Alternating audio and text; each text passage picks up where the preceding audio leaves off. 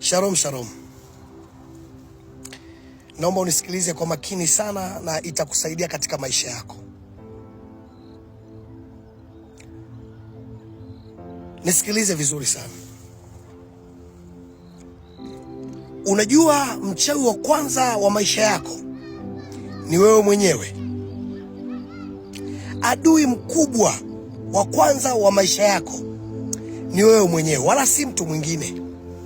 Yaani adui mkubwa wa maisha yako ni wewe mwenyewe, wala si mtu mwingine. Mharibifu mkubwa wa maisha yako ni wewe mwenyewe, wala si mtu mwingine.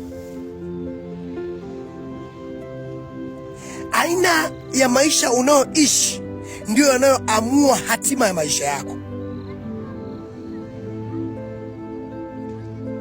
Matukio na mambo uliyoyafanya wakati uliopita ndio unaoishi sasa.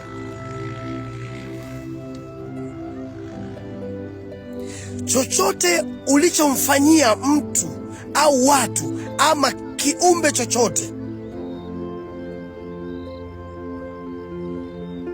ndicho kinachoamua hatima ya maisha yako wewe wakati huu uishije. Kwa sababu kile ulichokifanya kwa mtu ama kwa kiumbe chochote, ukumbuke kwamba ulijifanyia wewe mwenyewe.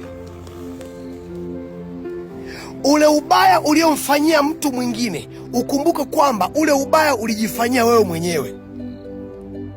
Ni lazima urudi, ni lazima ukurudi tu.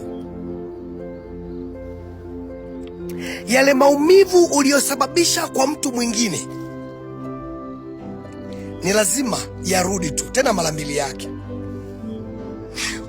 Na ndio maana nimesema mchawi wa kwanza wa maisha yako ni wewe mwenyewe, wala si mtu mwingine.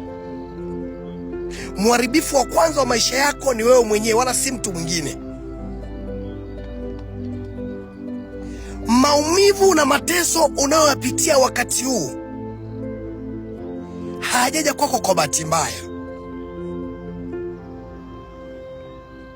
Ni matokeo ya maumivu uliyosababisha huko nyuma kwa watu wengine ama kwa viumbe vingine. Na ikumbuke, maumivu uliyosababisha kwa wakati ule uliyomsababishia mtu mwingine ama kiumbe kingine ndio unayokutana nao wewe sasa. Na kwa kweli lazima ukutane nao mara mbili yake, kwa sababu kanuni ya mbegu, ukiipanda moja lazima zinapokuja kuota zinakuja kutoka nyingi. Yale maumivu uliyosababishia mtu mwingine, uliyosababishia watu wengine, ndio yanayokupata wewe sasa.